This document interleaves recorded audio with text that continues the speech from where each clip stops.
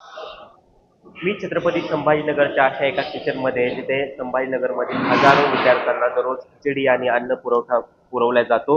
आपण जर पाहिलं तर संभाजीनगरात काही दिवसांपासून गॅस टंचाई आहे. त्यामुळे अनेक उद्योग असेल किंवा हॉटेल असेल बंद पडत आहेत. मात्र हे जे किचन आहे ते अहोरात्र सुरू आहे आणि याचं प्रमुख कारण म्हणजे हे किचन कोणत्याही गॅसवर किंवा याच्यावर चालत नाही. तर हे किचन चालतं ते म्हणजे सौर सौर ऊर्जेवर चालतं आणि सौर ऊर्जेमधूनच पाण्याची वाफ करून हे वाफेवर पूर्णपणे अन्न शिजवलं जातं.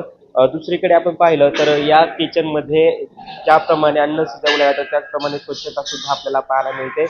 आपल्यासोबत या मॅनेजमेंटचे काही मेंबर आहेत. अनेक गॅसच्या अभावी अनेक हॉटेल बंद पडतात तरी तुमचं किचन सुरू आहे. नेमकी काय प्रक्रिया तुम्ही राबवताय? सर्वप्रथम हे वाफेवर शिजवायचा मेनू आहे. आणि मेनली आम्हाला LPG लागत नाही असं नाही, तर कमी लागतो.